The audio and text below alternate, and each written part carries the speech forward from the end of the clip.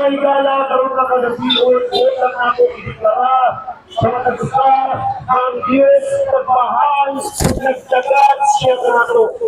Kung mo mga higala dugay na siya naglahat na kita muduon biya kaniya. Ang Diyos padayon siya na nagapahilog na nato. Wala siya nagkulang na nato kung ang iyang kinuha na ang imong kinabuhi magagaan sa insaktong direksyon.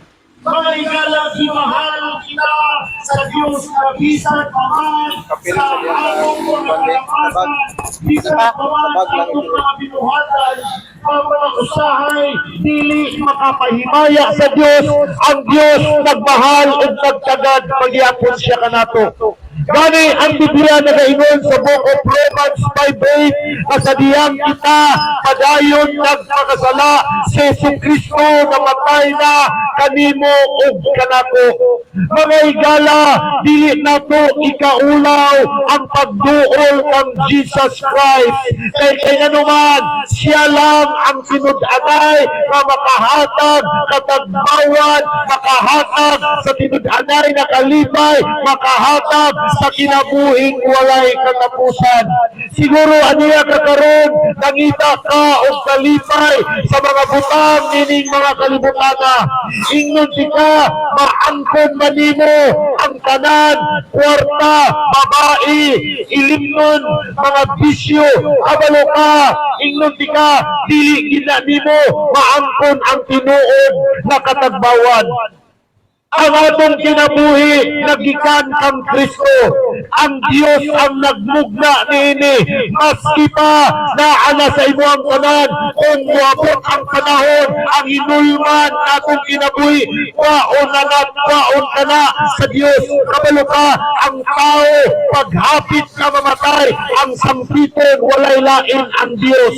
Maski unsa ka makasasala na tao paghapit ka mamatay ang kinabuhi, hapit na matapos ang kinabuhi sa tao, kabalo mo, ginugid ang tawagon. Kaya nga naman, ang Diyos lamang ang nagbugna sa imo o sa akong kinabuhi. Ang tao, dili mabuhi kung walay Diyos. Apan ang Diyos, mabuhi, magpabilin siya na Diyos na maski wala ang tao. Mga higala, aduna siya plano sa imong kinabuhi. Ang Biblia nagaingon adunay 8,000 kapin na saad sa Dios sa tao o kana ang iyang dagan kasag mga saad na kung kita kudo lamang diya kaniya makabaton kita o tinud-anay nakalipay katagbawan sa kinabuhi. Gani ang Biblia nagaingon sa Book of Matthew 11 na kung kinsa kong gikapoy ibudlayan sa iyang kinabuhi tagaan ko siya o kapapahulayan.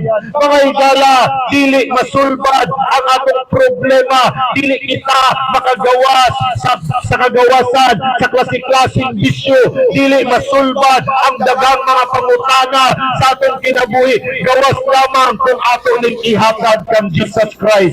Mga higala, gimahal kaniya, ano na say dakong plano sa imong kinabuhi. Ang imong plano dili malabwat sa plano sa Dios tungod kay ang Dios nakakita sa tanan.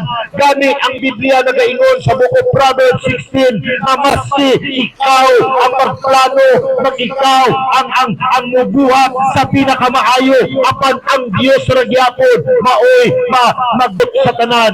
That means wala gid kitay mabuhat kung walay pagtugot sa Dios.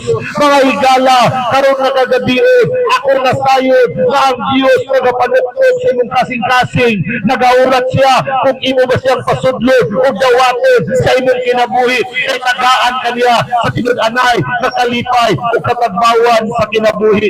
Inyong nadungga na akong mga kaubanan, mag-testify kung unsa ka maayo ang Ginoo sa ilang kinabuhi.